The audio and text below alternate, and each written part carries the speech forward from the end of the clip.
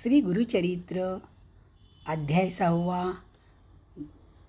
गुरुदेव दत्त गुरुदेव दत्त गुरुदेव दत्त. रावणाची आई कैकई ही एकदा लिंग न मिळाल्यामुळे मातीचे शिवलिंग करून त्याची पूजा करीत होती. रावणाने जेव्हा ते पाहिले तेव्हा प्रत्यक्ष तुझ्यासाठी कैलास घेऊन येतो, मातीच्या लिंगाची काय म्हणून पूजा करतेस, असा आईशी पण लावून तो कैलासला गेला.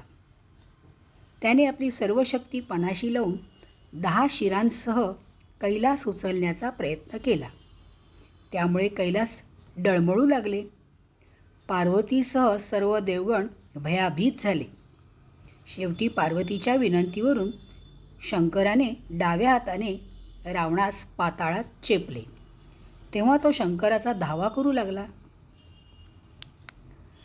त्याची दया येऊन शंकराने त्यास परत वर येऊ देण्याची संधी दिली. तिथून सुटल्यानंतर रावण शंकराची स्तुती गायनात करू लागला. त्याने स्वतःचे शिर छेदून आपल्या हातात घेतले व आतड्यांची वीणा बनविली.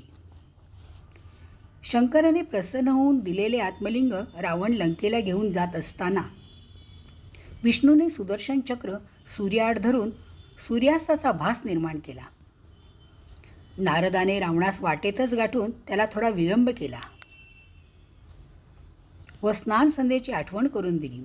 तर गणपती ब्रह्मचारी मुलाचे रूप धारण करून रावणासमोर हिंडतच होता.